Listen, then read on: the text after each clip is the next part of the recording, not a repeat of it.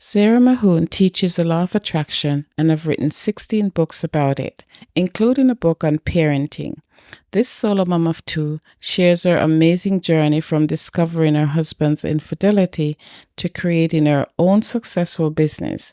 Be sure to listen to the end for Zahra's tips that could help you move forward as well. Tired, weary, frustrated? What would you be doing if you weren't raising children alone? What's stopping you from living your best life now? On SoloMoms Talk, I discuss with solo mothers the challenges you face raising children alone. So if you're a working solo mom dealing with independent children, insensitive bosses, weight and health issues, or even debt collectors, join us as we discover your path to get and stay healthy, increase your income, and live with joy and purpose. In this battle of life,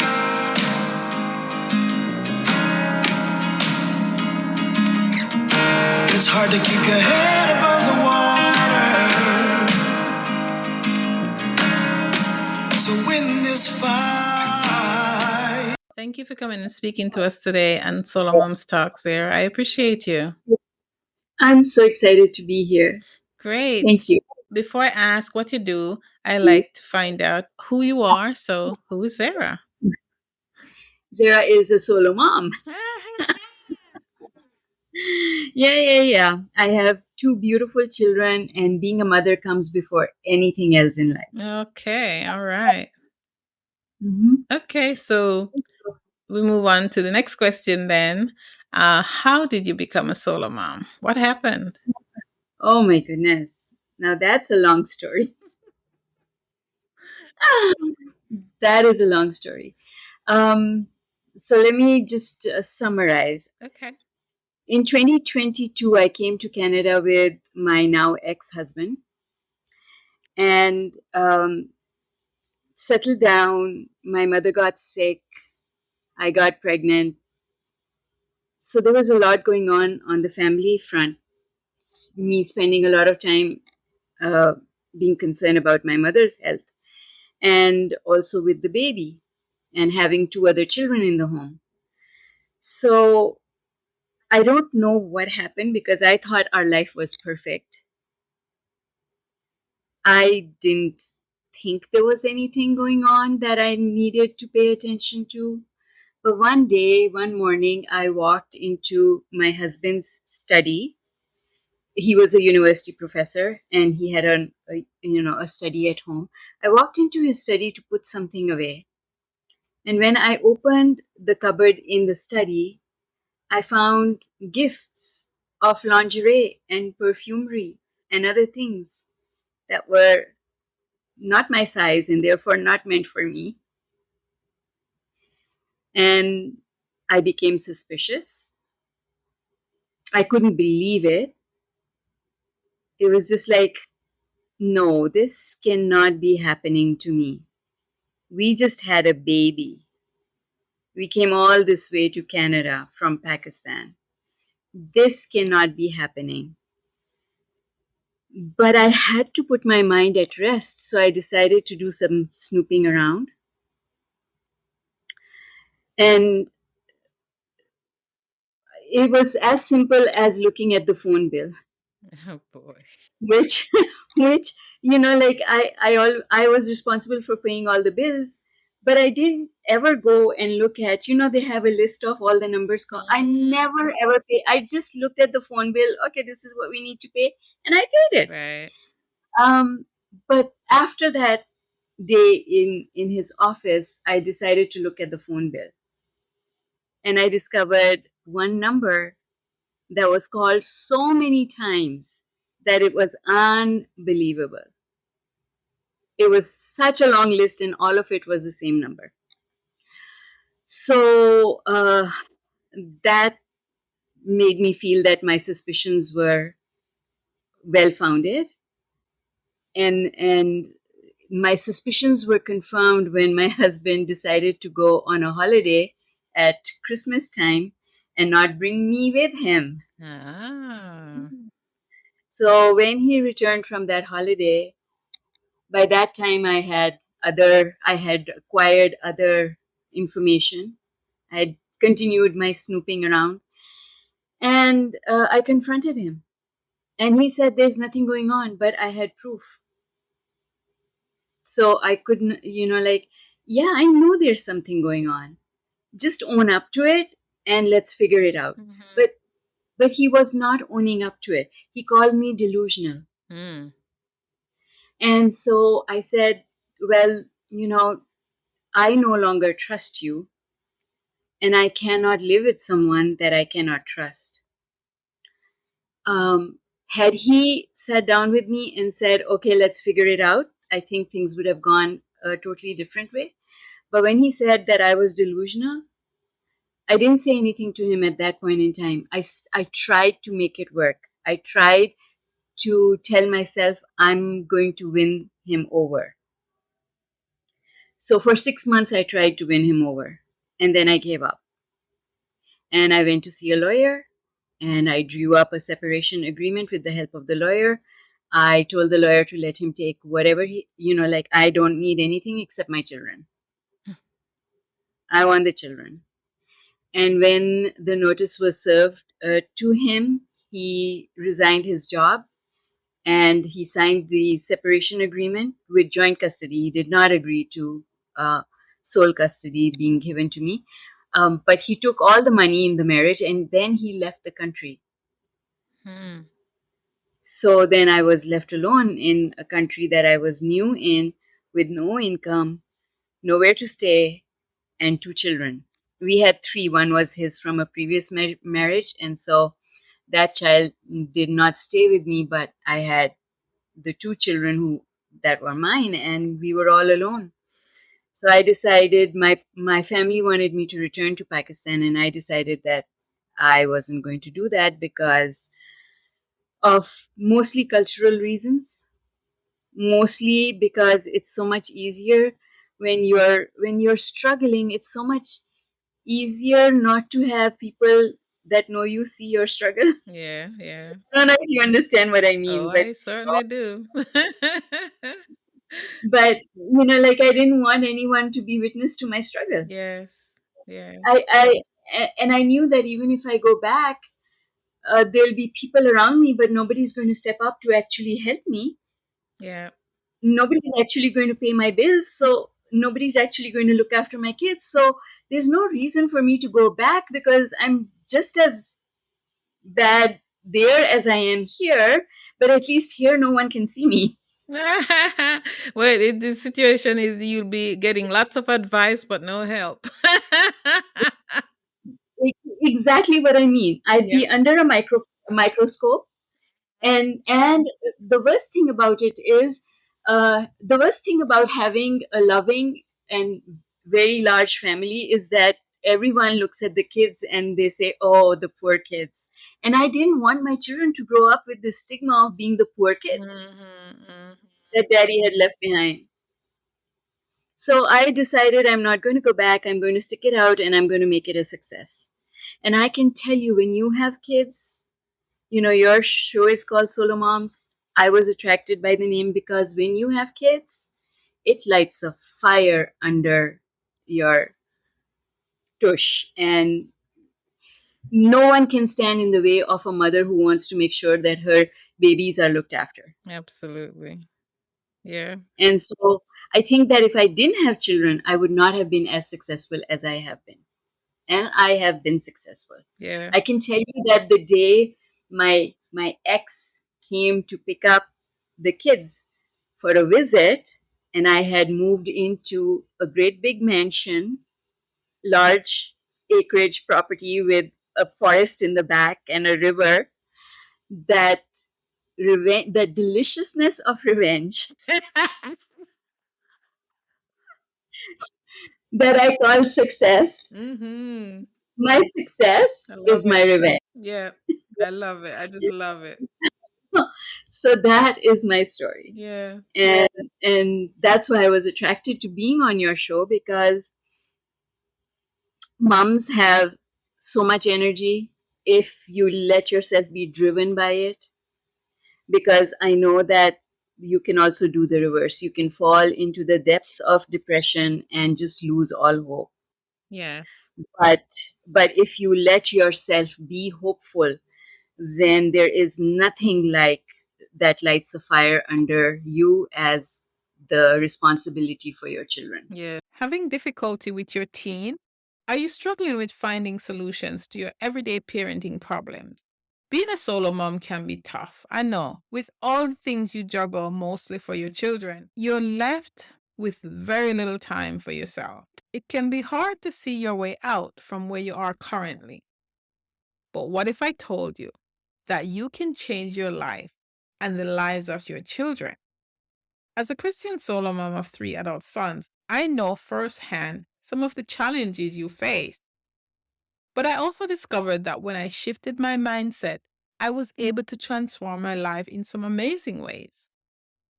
Hi, I'm Rosemarie, your personal confidant and mentor. I invite you to connect with me and take the first step towards transforming your life. Together, we can work to find solutions to your ongoing challenges and create a life you desire for yourself and your children. And no, this is not about fixing.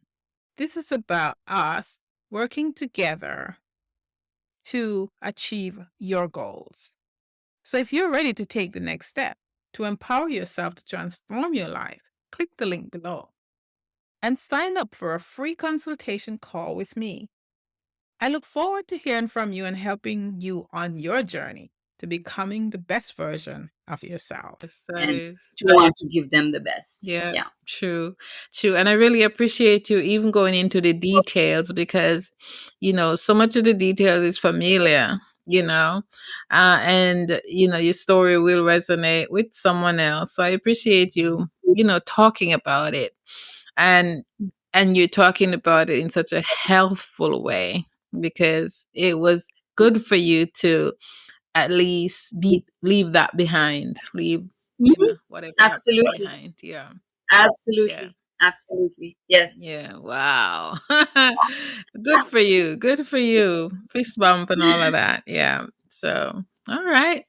Okay. So now that we've talked about that, let's talk about what you're doing now. What is it that, what was that turning point? It didn't seem like, let me back up a bit. It didn't seem, I know it was a sad time. You had a husband and, you Mhm. know, uh, technically he was your foundation and it's like Mhm. your foundation shifted. I know because I've Mhm. been married and divorced. So, Mhm. but so you must have gone through some kind of mourning process. If you did, what was the turning point that said, look, get over it, move on? I think that that point happened for me before I pulled the plug. Okay.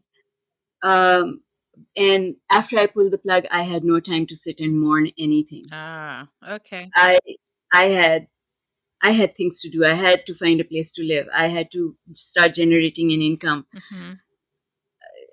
I had to look after the kids. I had to feed the kids. My young one was 18 months old. Mhm. You know, like I had to figure out how to look after him and still be able to go to work. I had to put my resumes out there. There was no time for me Right. to sit and weep. Yes. Okay. All right. Good. Good for you. I'm so happy for you. And we can learn from that. So good. Thank you. All right. So what do you do now? What are you doing right now that you could encourage a solo mom or serve a solo mom? So I'm going to add a little bit of story there Okay. just so that you can stay with me on the journey that I lived through.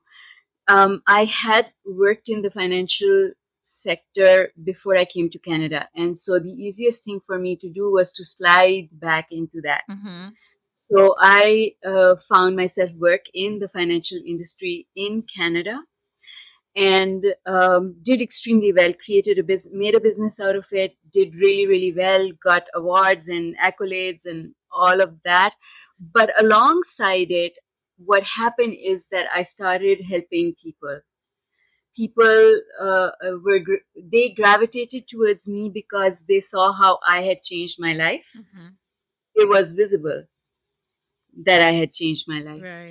Right. My son was going to private school. We were living in a, like it, I really changed things around. So people would come to me for advice, and I started giving them advice. Mm-hmm.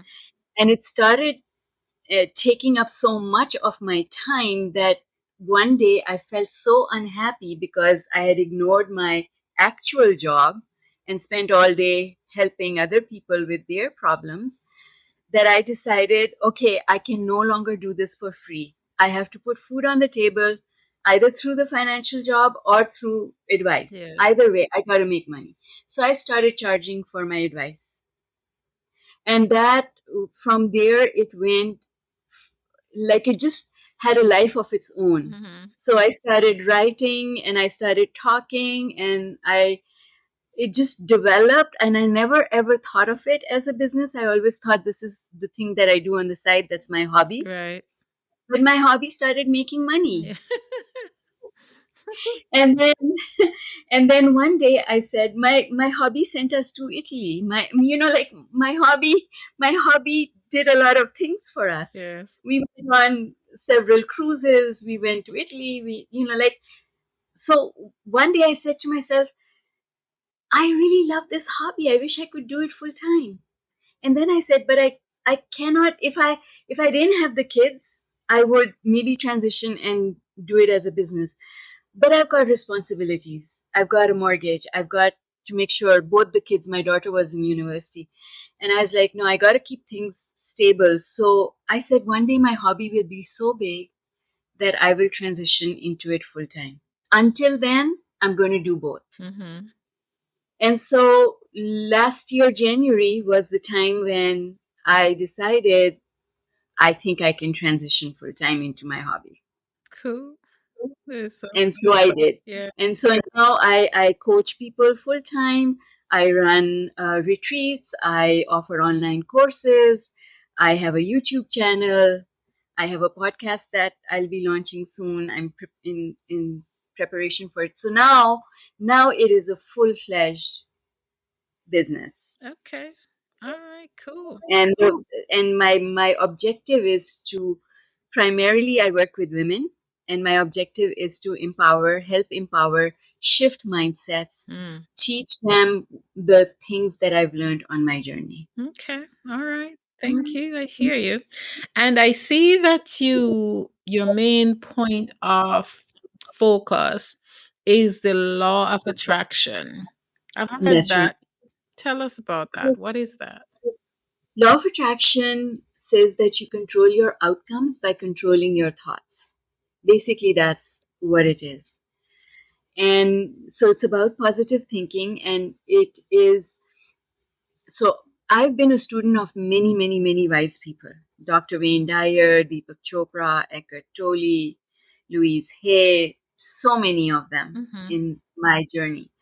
But the term law of attraction became popular when the Secret movie was Mm-hmm. launched. And so previously, what we used to just call, Norman Vincent Peale used to call it, the science and the art of gratitude, that has become now what is called law of attraction.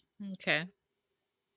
And so, because I've been on the journey for a very long time of learning the material, um, it's just the new lingo for something that has always been taught. Okay. And it is all about positive thinking, dealing with your emotions instead of covering them up. We have this tendency, like I used to hide my emotions because I was taught that you don't display anger, you don't display negative emotion. Mhm. So I was an expert at drinking back my tears and not showing any emotion, until I discovered that I was having emotional outbursts because I was not dealing with the emotions, I was putting the lid on them. Yes. And so, law of attraction is a way of dealing with your emotions and helping sort out your thoughts so that you have mental clarity and you are able to deal with whatever comes in life Okay. and maintain your emotional stability. And that's really all there is to it. Hmm. Okay.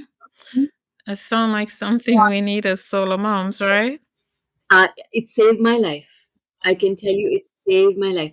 Here's something, Rosemary, I'm going to tell you is that I used to, everyone used to tell me, and I used to tell myself that I was a very strong person. Mm-hmm. You know, anything happen, I am standing straight and I am looking after everything, not only for myself, but even for other people. And I discovered that being strong, I would not have to be strong if I was positive thinking. So the fact that because then these things would not happen, because if I create what happens to me with my thinking, then that means if I'm having to fall down and then get myself back up and be strong, I'm actually doing something wrong. Yeah. So I, when that happened, when that aha moment happened, I had to stop and tell myself, you think you're positive, but you're not. Because if you truly were positive, then the things that are happening in your life would not be happening. Hmm. And so I then went to research how to change the way I think my thoughts so that I can be more successful. And it is the reason for my success. From having, I have changed everything, not just my financial situation. All my relationships have changed. Like life is good. I have amazing children. I have amazing relationships with everyone. I have peace in my heart. I don't worry about things anymore. And just having that peace that everything will be looked after, I can tell you that is worth so much. Because Yeah. I remember those days when I had insomnia and I couldn't sleep. I would wake up and I would pace the room because I could not fall asleep. So I know how valuable this peace of mind is. And it I have it, and everything that I have is because I changed the way I thought about it. Because we cannot change the facts of a situation, but we can change how we see the situation. We can Yeah. change our emotional response to the situation. And your emotional response plus the facts are equal to the reality that you live. Yeah. And that's why two people in the same situation have a totally different perception of what is reality. Mm-hmm. So learning that has just I think, set me free. Yeah. I see that. I see that. Okay. So, what is Zehra grateful for today? Oh, so many things.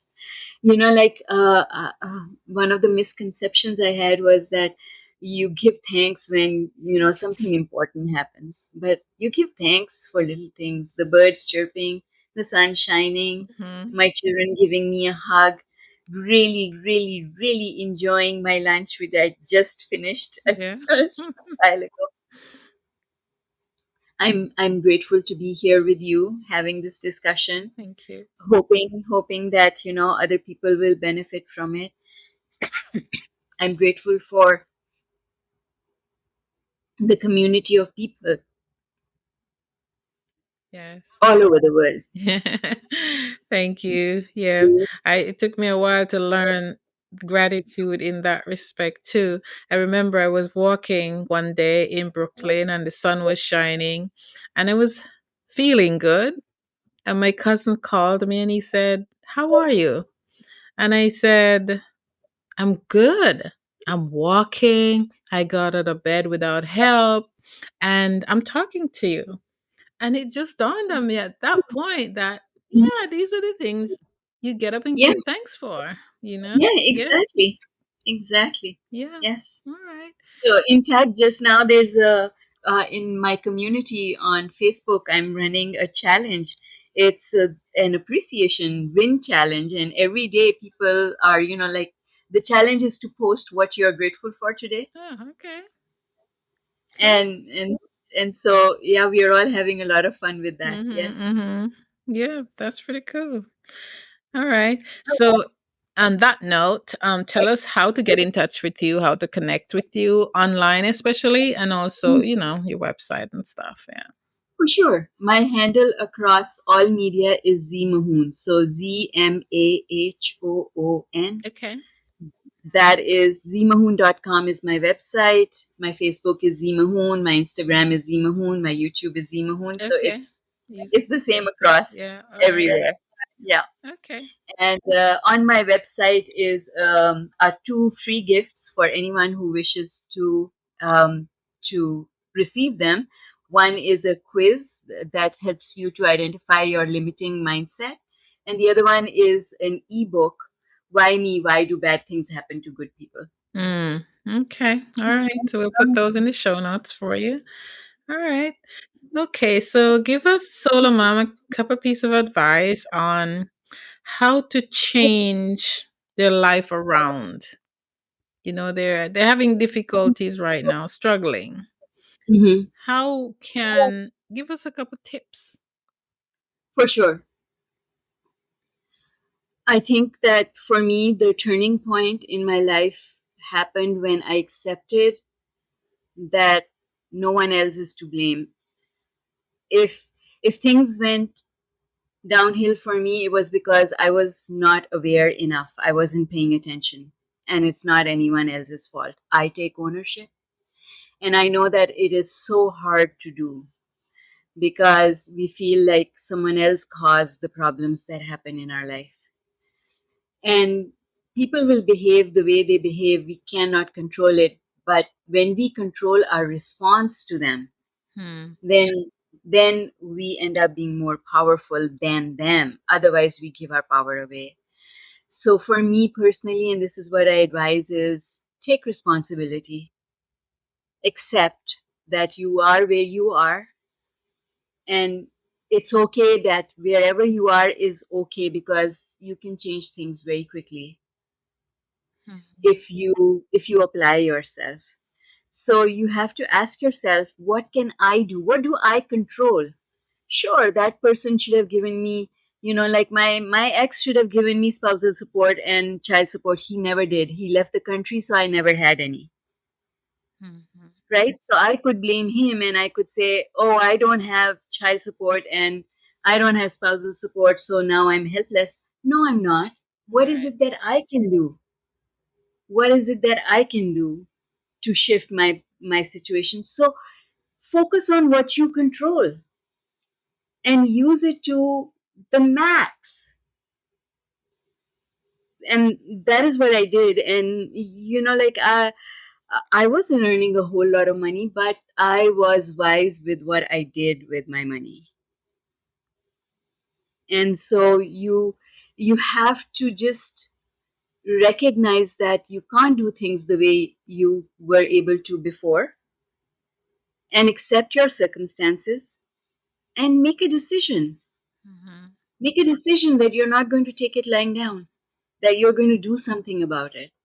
And that doing is what do I control? What can I do? Right. Amen. So I did what I could do. I worked, I did whatever work I could do. I invested in my own training and development. I invested in saving money to own a house. I did my best in my business. In fact, for 10 years, I ran two businesses simultaneously. Mm. That took a lot out of me, but I did it because I knew what my vision was, Yeah. where I was going. Yeah. So the work was worth it. Everything I put into it was worth it. Mhm. Sometimes we have this tendency to think that I am doing so much and why do I have to do this much and other people don't? And that comparison will only ever demoralize you. Mhm. Don't do that. Don't do that. You got to do what you got to do. And then one day you will turn up on top. Yes. All right. I love it. Thank you, Zahra Mahoon, for coming and talking to us today. I really appreciate you. Any parting shots? Keep educating yourself. Mm, Invest in yourself. okay. It is the best return on any investment is when you invest in your own understanding of life and your own education and your skills. Yes. It pays off big time. Hmm. Okay. Thank you. I appreciate you. Thanks for having me. Yeah. I hope you'll come back again sometime. For sure, for Yeah. sure. Yeah. SoloMoms Talk was designed to curate the stories of solo moms globally. As a facilitator of this platform, I aim to create a peaceful environment where you can share your heart, feel loved, and get the advice you need. So if this sounds like you, why not RSVP for our next virtual meetup? The link is below. It's where you can retreat from the chaos of your life so you can recharge, connect with other moms, and get answers to your burning questions. Remember, you're not alone and you don't have to parent in silence.